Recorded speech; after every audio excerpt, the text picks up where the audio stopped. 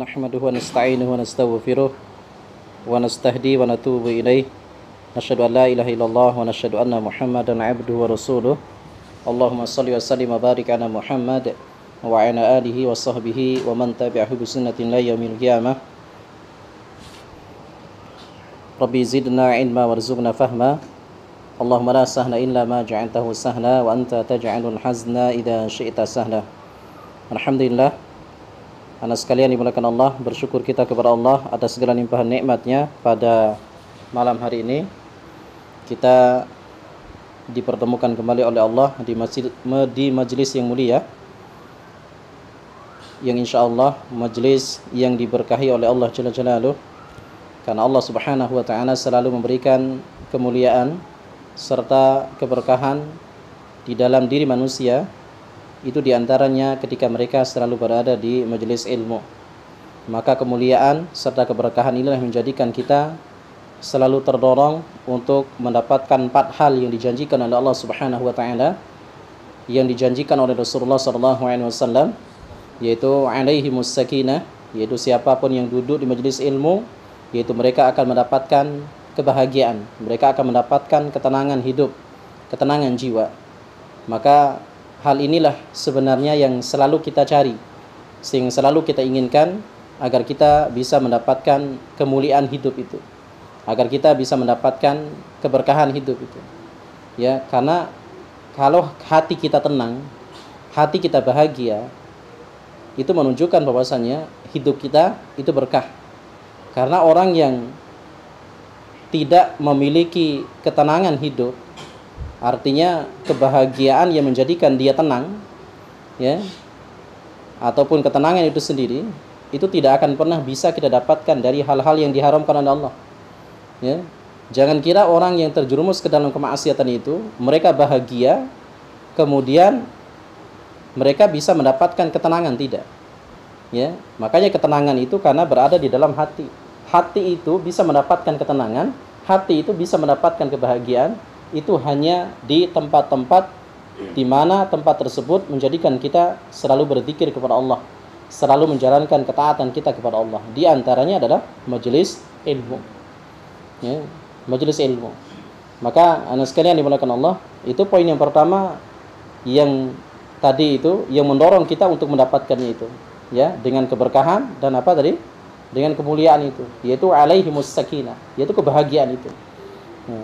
Makanya Allah sampaikan di dalam Al-Quran itu, A'udzubillahi minasyaitonir rajim, ya ayyuhan nas qad ja'atkum mau'izatum mir rabbikum wa syifaa'un lima fis sudur wa hudaw wa rahmatul lil mu'minin. Ya, wahai sekalian manusia, telah datang kepada kalian mau'izah. Mau'izah itu apa? Ya, ilmu, peringatan. Ya, yang dimaksud di situ adalah Al-Quran. Nah, ini kita sedang membahas Al-Quran ini. Ya. Nah, untuk apa Al-Quran itu? Kata Allah, syifa'un lima fis sudur. Ya, yaitu untuk sebagai obat di dalam hati-hati manusia. Ya. Apapun bentuk penyakitnya di dalam hati manusia pasti bisa diobati dengan yang namanya Al-Quran. Ya, Al-Quran. Kemudian yang kedua adalah wahudan, yaitu petunjuk. Petunjuk itu apa? Solusi. Solusi terbaik dari setiap permasalahan kehidupan kita. Nah, itu makanya dengan Al-Quran. Ya. Makanya seluruh permasalahan hidup kita semuanya ada di dalam Al-Quran. Nah, pertanyaannya, kalau kita tinggalkan majelis ilmu, bisa nggak kita mengkaji Al-Quran? Nggak bisa. Nah, hilang itu keberkahan tadi, hilang itu kemuliaan tadi. Gimana kita bisa mendapatkan kemuliaan? Gimana kita bisa mendapatkan keberkahan kalau kita jauh di majelis ilmu itu? Karena hakikatnya kita jauh dari majelis ilmu, maka hakikatnya juga kita jauh daripada apa tadi? Ya, solusi terbaik dari setiap permasalahan hidup kita. Banyak orang yang mendapatkan masalah ini, mendapatkan masalah itu, langsung lari ke mana? Lari kepada dukun, paranormal, ya, yang dikatakan sebagai orang pintar, padahal di situ orang bodoh mungkin gitu ya. Dia curhat, minta solusi, ya, apakah dia bisa memberikan solusi? Iya, bisa dia memberikan solusi, tapi belum tentu baik solusinya. Ya. Nah, bahkan mungkin kita mencari ustadz, mencari kakak kita, orang tua kita, kita curhat di situ. Ada permasalahan hidup kita curhat di situ. Belum tentu yang diberikan nasihat dan lain sebagainya sebagai solusi itu adalah sebagai solusi terbaik buat diri kita, belum tentu. Ya, karena itu dari manusia. Ya, paham ya? Belum tentu yang terbaik. Tapi kalau sekiranya kita semakin mendekatkan diri kita kepada Allah lewat majelis-majelis ilmu tadi, terlebih dengan kita membuka Al-Quran, lembaran-lembaran Al-Quran itu, maka seluruh daripada permasalahan kehidupan kita semuanya ada di dalam Al-Quran. Itulah hudan itu. Ya. Makanya Allah sampaikan itu sebagai petunjuk. Hudan itu petunjuk. Ya. Nah, dan Allah tidak memakai kalimat mufrad. Mufrad itu kata tunggal. Ya. Makanya sekali lagi, ketika Allah berbicara terkait masalah hidayah di dalam Al-Quran, itu tidak pernah Allah itu memakai kalimat mufrad, yaitu satu. Tidak pernah. Paham nggak? Ketika Allah berbicara terkait masalah hidayah, ya, dzalikal kitabu la raiba fi, ya, kemudian al-hidayah lil muttaqin, tidak, atau ulaika ala al-hidayah, tidak. Tapi hudan, semuanya pakai kalimat hudan. Hudan itu apa? Dalam bahasa Arab itu ada namanya tunggal, itu satu, tunggal itu adalah mufrad, kemudian dua itu namanya mutsanna, kemudian tiga itu namanya jama' atau lebih. Ya. Nah, di sini ini adalah pakai kalimat hudan. Hudan itu adalah lebih daripada dua, tiga ke atas. Hidayah, gitu ya. Hidayah itu lebih, menunjukkan bahwasannya, ya, kata para ulama juga, di antaranya adalah yang pertama, Allah pun maha tahu bahwasannya manusia itu tidak cukup dengan satu hidayah. Paham ya? Tidak cukup dengan satu hidayah. Manusia tidak cukup dengan dua hidayah. Manusia tidak cukup dengan tiga hidayah. Tidak. Ya. Makanya Allah sampaikan dengan kalimat hudan. Ya, paham ya? Kalimatnya adalah kalimat hudan. Kenapa? Coba kita lihat. Berapa banyak orang yang malamnya dia bisa bangun di sepertiga malam terakhir, akan tetapi dia bisa bangun, dia mendapatkan hidayah dari Allah untuk bisa bangun di sepertiga malam terakhir, yaitu di waktu yang sangat mulia, yang Allah sendiri turun di situ di langit dunia. Akan tetapi belum tentu dia bisa mendapatkan hidayah yang kedua. Hidayah apa? Hidayah untuk beramal. Ya kan? Hidayah untuk beramal. Dia mungkin bangun, akan tetapi dia tidak bisa sholat. Kenapa itu? Karena sholat ataupun melakukan rangkaian ibadah itu butuh hidayah. Butuh hidayah. Bukan dengan sendirinya kita langsung mengerjakan ini dan itu tanpa ada hidayah dari Allah Jalla Jalaluhu. Nah, kalau misalkan dia bangun, kemudian dia bisa mengerjakan sholat, dia bisa melakukan rangkaian ibadah selain daripada sholat tersebut di sepertiga malam terakhir, itu pun dia butuh hidayah. Hidayah apa? Hidayah untuk dia bisa istiqomah. Ya kan? Hidayah untuk dia bisa istiqomah. Nah, apa ketika dia bisa istiqomah, apakah dia tidak butuh hidayah lagi? Enggak, selalu dia butuhkan hidayah. Kenapa? Karena bisa jadi ketika dia istiqomah, Allah cabut kembali ke istiqomahan tersebut. Paham ya? Allah cabut kembali ke istiqomahan tersebut. Makanya Allah sampaikan satu ayat di dalam Al-Quran itu, Allah tempatkan di dalam Quran surah Al-Fatihah. Yaitu apa? Ihdinas siratal mustaqim. Ya, kita minta hidayah kepada Allah. Ya Allah, berikanlah kami hidayah. Itu maknanya. Ihdinas siratal mustaqim. Berikanlah kami hidayah. Bisa saja Allah itu menempatkan ayat ini di surah Al-Baqarah. Bisa saja Allah itu menempatkan ayat ini di surah Al-Imran. Bisa saja ayat ini ditempatkan Allah di surah-surah yang lainnya. Tapi Allah Maha tahu. Kalau Allah menempatkan ayat ini di surah-surah yang lainnya, belum tentu kita baca. Paham ya? Dan belum tentu kita meminta kepada Allah, karena sifatnya di situ adalah minta. Ya. Tapi Allah menjadikan ayat ini adalah salah satu daripada bagian suratul Fatihah.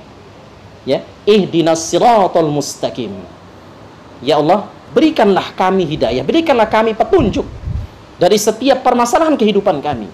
Terlebih sebagai bentuk kami menjalankan ketaatan kepadamu. Kami butuh hidayahmu ya Allah. Paham sampai sini?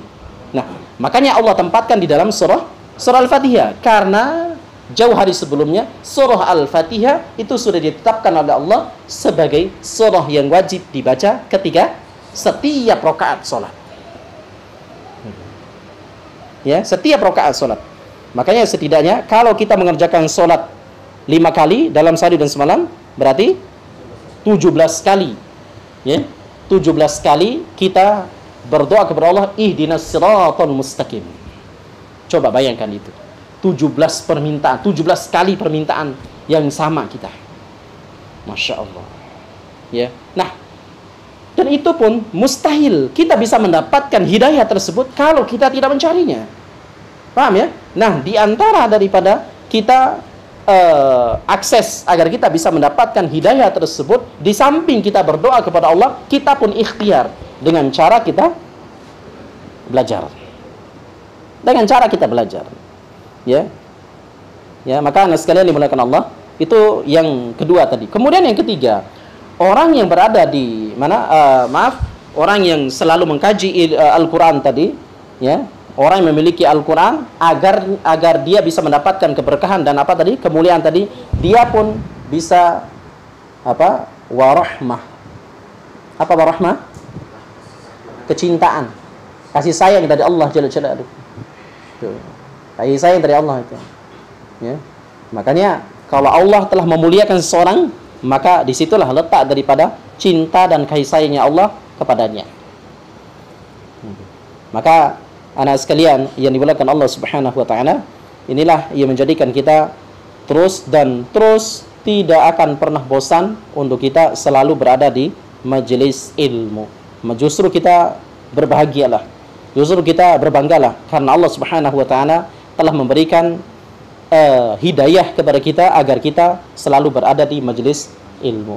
Akan tapi terus kita minta kepada Allah Subhanahu wa taala. Karena kapan saja Allah bisa mencabut hidayah tersebut. Waliyadzubillah. Karena coba kita lihat siapa yang tidak kenal dengan Bal'am bin Bawrah. Ya, Bal'am bin Bawrah itu adalah kalau dia minta kepada Allah, saking dekatnya dia kepada Allah, kalau dia minta kepada Allah, tidak ada alasan untuk Allah itu tidak mengabulkan apa yang dia minta. Masya Allah. Tapi apakah dia mendapatkan hidayah sampai pada akhir kehidupannya dia bisa mendapatkan gelar husnul khatimah? Tidak. Tapi justru dia meninggal di atas kekafiran, di atas kekafiran kepada Allah Jalla Jalaluhu. Waliyadzubillah. Kenapa? Karena Allah mencabut hidayah. Allah mencabut hidayah itu. Ya. Makanya ini yang terus untuk kita minta kepada Allah Jalla Jalaluhu. Anak sekalian dimuliakan Allah, tidak bosan-bosannya sekali lagi untuk kita menuntut ilmu ini. Karena salah satu daripada Allah menjadikan kita bisa mendapatkan hidayahnya itu adalah kita istiqomah di atas ilmu, insya Allah. Anak sekalian dimuliakan Allah, satu hal yang ingin Ustaz sampaikan pada malam hari ini, tadi baru mukadimah ya, baru mukadimah. Ustaz menulis satu makalah yang sangat penting untuk kita bahas, karena keadaan yang menjadikan antum nanti insya Allah ya, dan ini sebagai tujuan kami juga ya, visi beserta misi juga kami di sini, mencetak antum di sini, mengkader antum di sini ya, bukan hanya sekedar menerima ilmu itu untuk antum sendiri saja, paham ya, tapi kami menginginkan juga ilmu yang kami yang kita sama-sama belajar di sini, yang Allah berikan ilmu tersebut selama antum di sini, selama kita di sini, itu pun ilmu tersebut bisa antum sebarkan nanti, bisa antum tebarkan dimanapun antum berada nanti, ya, paham ya? Nah, anak sekalian dimuliakan Allah, jadilah muslih yang hebat, bukan hanya sekedar soleh, tapi muslih, ya, muslih, bukan soleh. Ya, makanya berapa banyak orang itu berdoa, ya Allah, jadikan anak-anakku menjadi anak-anak yang soleh. Ya. Bukan nggak boleh, silakan saja. Bahkan itu ada di dalam Al-Quran. Tapi kita sebagai orang-orang yang diberikan keimanan oleh Allah, kita menginginkan yang lebih. Ada nggak orang yang lebih daripada orang soleh? Ada. Ya, yaitu namanya muslih. Ya, muslih. Apa perbedaan antara soleh dengan muslih? Kalau orang soleh, paham ya? Kalau orang soleh itu adalah baik untuk dirinya sendiri. Dia beramal untuk dirinya sendiri saja. Ya. Dia menyibukkan amalan, ya hanya menghafal Al-Quran, ya hanya ya sholat malam dan lain sebagainya. Tapi melihat orang lain ini dan itu, tidak ada keinginan untuk membantunya, tidak ada sedikit pun keinginan untuk memperbarui umat ini. Nah, dia soleh, iya soleh, tapi dia tidak muslih. Ya, maka antum mau pilih yang mana? Mau pilih soleh atau muslih? Ya, pilihlah yang kedua-duanya. Ya, di samping daripada diri kita soleh, kita pun menjadi orang yang muslih. Muslih itu apa? Muslih itu orang yang memperbaharui, orang yang memberikan kebaikan untuk orang lain juga. Nah, anak sekalian yang dimuliakan Allah, bagaimana caranya agar kita menjadi muslih yang hebat dan sukses? Ini Ustadz kaji di dalam satu ayat di dalam Al-Quran. Ini antum hafal ayat ini, ya, siap? Antum hafal benar-benar ini ayat ini sebagai pegangan antum itu, ya, sebagai pegangan antum. Nah, kenapa Ustaz sampaikan ini juga hari ini juga, sekalipun antum belum belum mendekati hari-hari wisuda dan lain sebagainya. Nah, agar antum lebih semangat lagi, antum merasa umat sekarang sedang menunggu saya, ya, umat sekarang sedang menunggu saya. Ya, anak sekalian, di Indonesia itu lewat data, ya, dirilis data itu bahwa di Indonesia ini, padahal banyak sekali para dai, akan tapi itu belum cukup. Ya, terlebih untuk mengislamkan orang Islam dulu. Ya, memukminkan orang Islam dulu. Itu masih sedikit. Nah, berarti sebagiannya itu umat yang di sana yang belum mendapatkan siraman rohani dengan ilmu-ilmu itu sedang menunggu antum. Ya, sedang menunggu antum itu. Makanya antum benar-benar sibukkan diri dengan ilmu di sini itu. Biar antum pulang nanti, masya Allah, dimanapun antum berada nanti, ditakdirkan oleh Allah, entah itu di pelosok mana, di tempat mana, di majelis taklim mana, di tempat dakwah yang mana, di masjid mana, ya, di TPA mana, wallahu a'lam bishawab nanti. Nah, biar antum benar-benar ada nilai kesungguhannya di situ. Nah, bagaimana caranya agar kita bisa menjadi muslim yang hebat itu dan sukses tentunya? Ya, sebagaimana Rasulullah SAW itu menjadi muslim yang hebat dan sukses. Masya Allah. Ya, satu ayat di dalam Al-Quran, di dalam Quran surah Al-Ahqaf ayat yang ke-15. Surah Al-Ahqaf ayat yang ke-15.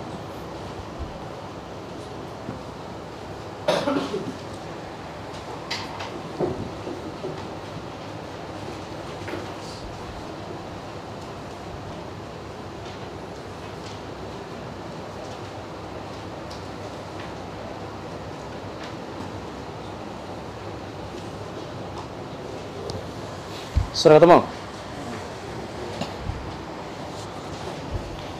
Allah Subhanahu wa taala berfirman,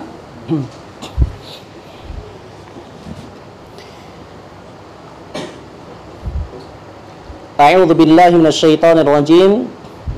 Wa wassaynal insana biwalidayhi ihsana.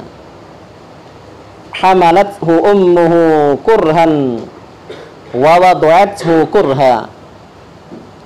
Wa hamluhu wa fisaluhu 30 syahra hatta idza balagha ashuddah wa balagha 40 sanah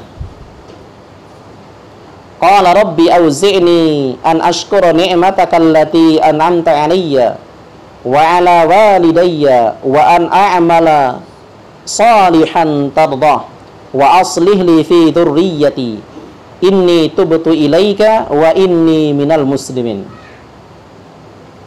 Allah Jalla Jalaluhu berfirman, kami perintahkan kepada manusia supaya berbuat baik kepada kedua orang ibu bapaknya, kedua orang tuanya. Ayatnya, poin yang pertama dari ayat ini adalah perintah untuk kita berbuat baik kepada kedua orang tua. Lihat baik-baik ayatnya, jangan lihat yang lain. Ibunya mengandungnya dengan susah payah dan melahirkannya dengan susah payah pula.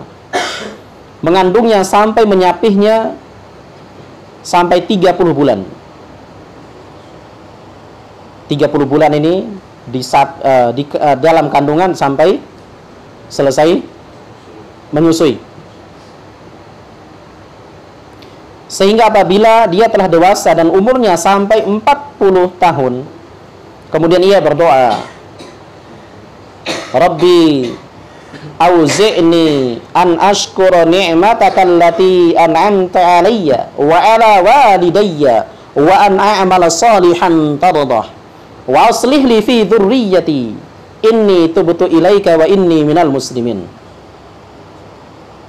Doa yang dipanjatkan itu adalah, ya Tuhanku, tunjukilah aku untuk mensyukuri nikmat Engkau yang telah Engkau berikan kepadaku dan kepada kedua orang tuaku, ibu dan bapakku, dan supaya aku dapat berbuat amal saleh yang Engkau ridhai. Berilah kebaikan kepadaku dengan memberikan kebaikan kepada anak cucuku. Sesungguhnya aku bertobat kepada Engkau dan sesungguhnya aku termasuk orang-orang yang berserah diri. Anak sekalian dimuliakan Allah, kalau kita buka penjelasan daripada ulama tafsir, ayat ini adalah ayat yang memberikan kabar kepada kita salah satu daripada jalan ataupun cara sukses agar kita menjadi muslih yang sukses itu sendiri, muslih yang selamat, muslih yang hebat itu. Ya, apa muslih tadi? Orang-orang yang memperbaiki umat, yang memberikan kebaikan, yang memperbarui dalam hal kebaikan, itu namanya muslih. Muslih itu, yaitu tentunya para ulama, para dai, tuh, dan lain sebagainya. Nah, anak sekalian, ada beberapa di dalam ayat ini. Dalam tafsir Al-Baghawi, Imam Al-Baghawi rahimahullahu ta'ala mengatakan bahwasannya asbabun nuzul ayat ini, kata di dalam tafsir Al-Baghawi, menurut sahabat Ali bin Abi Thalib radhiyallahu an, bahwasannya ayat ini asbabun nuzulnya adalah terkait bagaimana sahabat Abu Bakar As-Siddiq radhiyallahu an. Ya, siapa? Abu Bakar As-Siddiq radhiyallahu an. Sahabat Abu Bakar As-Siddiq radhiyallahu an itu adalah sahabat yang luar biasa. Ini asbabun nuzul daripada ayat ini, menceritakan terkait masalah bagaimana kisahnya Abu Bakar As-Siddiq radhiyallahu an. Siapa Abu Bakar As-Siddiq? Ya, siapanya Rasulullah? Mertuanya Rasulullah.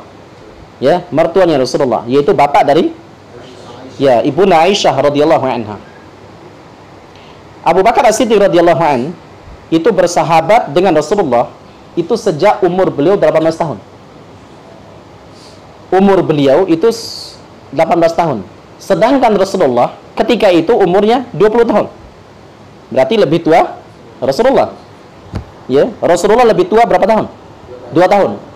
Ya, Rasulullah umurnya 20 tahun, ya, ketika Abu Bakar As-Siddiq itu berumur 18 tahun. Ketika Rasulullah SAW itu diangkat menjadi Nabi dan Rasul, itu di umur berapa? 40 tahun. Di umur berapa? 40 tahun, bukan 25 tahun. Ya? Di umur 40 tahun. Di umur 25 tahun beliau menikah dengan Ibunda Khadijah binti Khuwailid radhiyallahu anha. Nah, Abu Bakar masuk Islam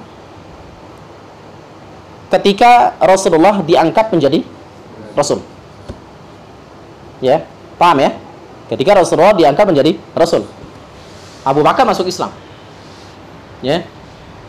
Dan Abu Bakar adalah salah satu daripada sahabat yang pertama masuk Islam. Ya.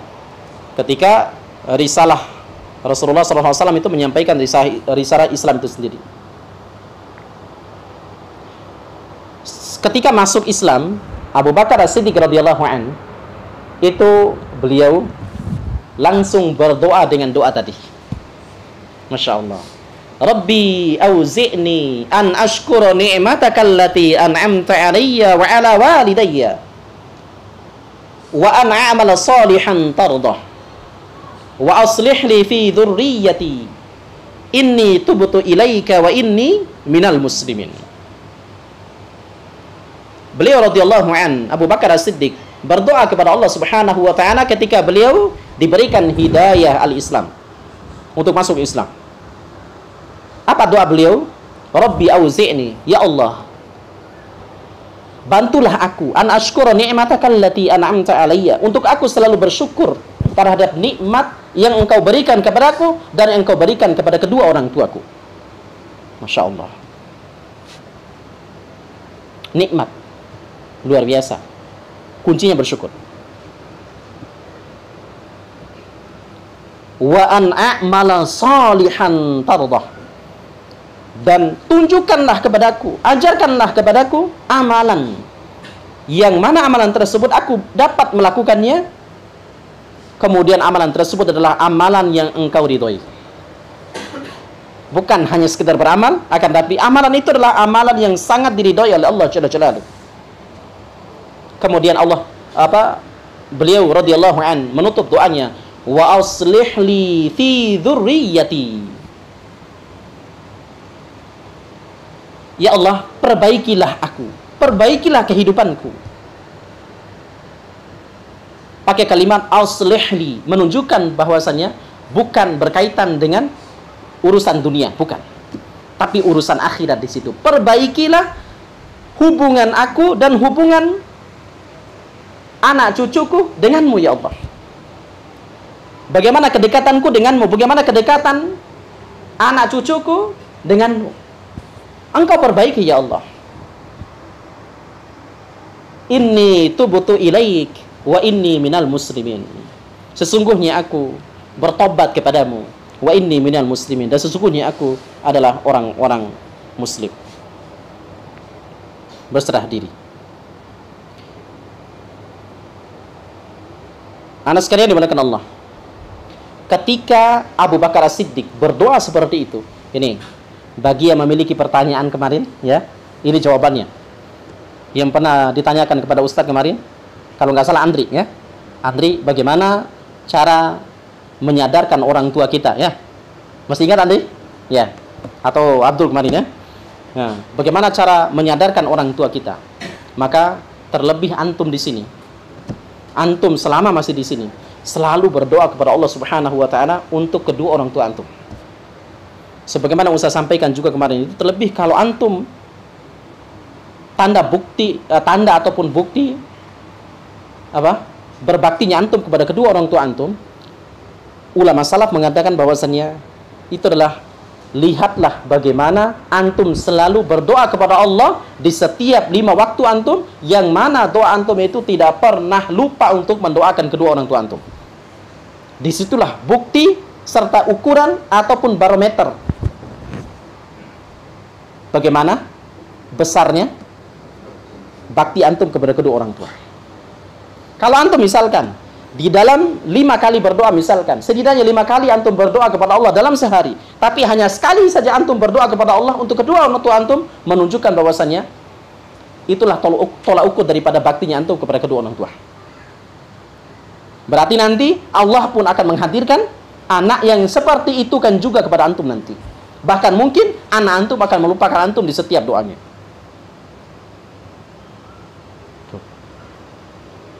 Ini Allah sendiri mengajarkan doa ini. Nah, Abu Bakar As-Siddiq radhiyallahu anhu, ketika beliau mengangkat tangan dan berdoa seperti itu tadi, maka istrinya dan seluruh anak-anaknya itu langsung masuk Islam seketika. Masya Allah. Berdoa dengan ayat ini. Ya. Nanti hafal doanya ya. Rabbi auzi'ni an ashkura ni'mataka allati an'amta 'alayya wa 'ala walidayya wa an a'mala salihan tardah. Inni tubtu ilaika wa inni minal muslimin. Sesusah apapun untuk kita memberikan nasihat, peringatan dan lain sebagainya kepada kedua orang tua kita, maka tidak ada yang mustahil bagi Allah ketika kita mengetuk pintu langit agar Allah membukakan pintu hati kedua orang tua kita dengan doa itu. Terlebih selama antum di sini. Manfaatkan waktu itu. Paham ya? Manfaatkan waktu itu. Dan tentunya tadi, kembalikan pada tadi, antum menginginkan menjadi muslih yang hebat. Antum menginginkan menjadi muslih yang sukses, muslih yang selamat, dunia dan akhirat. Hebat antum dalam berdakwah dan lain sebagainya. Sukses antum dalam berdakwah. Istiqomah antum di medan dakwah nanti. Maka yang paling pertama itu adalah kondisikan dulu keluarga-keluarga kita sebagaimana Abu Bakar As-Siddiq radhiyallahu anhu itu mengkondisikan keluarganya. Makanya turun satu ayat khusus di dalam Quran surah At-Tahrim. Allah Subhanahu wa ta'ala berfirman, A'udzu billahi minasyaitonir rajim. Ya ayyuhalladzina amanu qu anfusakum wa ahlikum nar. Ya. Wahai orang-orang yang beriman, jagalah diri kalian dan keluarga kalian. Jagalah diri dan keluarga. Nara, dari api yang menyala-nyala. Waquduhan nas wal hijarah, yang mana bahan bakar daripada api neraka itu adalah manusia dan batu. Tuh. Kita kondisikan dulu siapa? Ya. Kedua orang tua kita, bagaimana anak keturunan kita, bagaimana keluarga kita.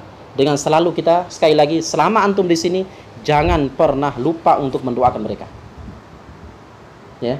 Syekh Muhammad bin Shalih Al-Utsaimin rahimahullahu taala, beliau menyampaikan bahwasanya kalau sekiranya, maaf, perhatikan, selama antum belajar ini, kemudian antum berdoa kepada Allah, dan doa antum itu hanya untuk diri sendiri saja, bahkan antum melupakan kedua orang tua antum melupakan keluarga antum, untuk Allah berikan hidayah, untuk Allah berikan keistiqomahan kepada mereka agar mereka selalu istiqomah. Lalu bagaimana kalau sekiranya antum nanti berdakwah, maka antum pasti akan cepat melupakan umat-umat antum. Itu kata Syekh Utsaimin. Kenapa? Lah keluarganya saja itu tidak pernah didoakan, apalagi umatnya.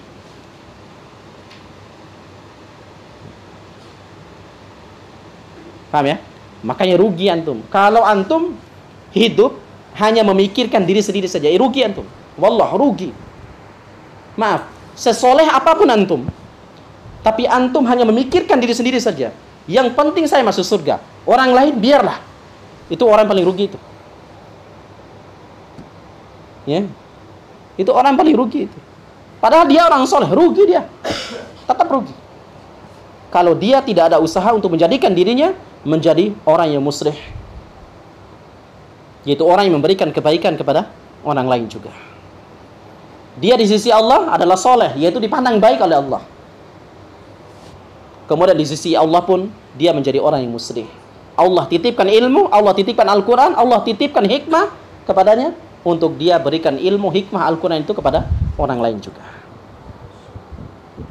Allah Akbar. Itu anak sekalian yang dimuliakan Allah Subhanahu wa taala. Nah, bagaimana caranya agar kita bisa menjadi orang yang sukses? Ya. Insyaallah hal ini akan kita sampaikan di pertemuan selanjutnya.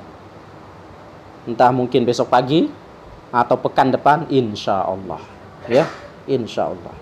Bagaimana kita harus memiliki karakter yang seperti apa agar kita menjadi dai yang sukses, agar kita menjadi orang yang sukses, muslih yang sukses, muslih yang dinilai sukses dan nilai selamat, hebat oleh Allah Jalla Jalaluhu. Bukan dalam pandangan mata manusia, tapi dalam pandangan Allah Jalla Jalaluhu.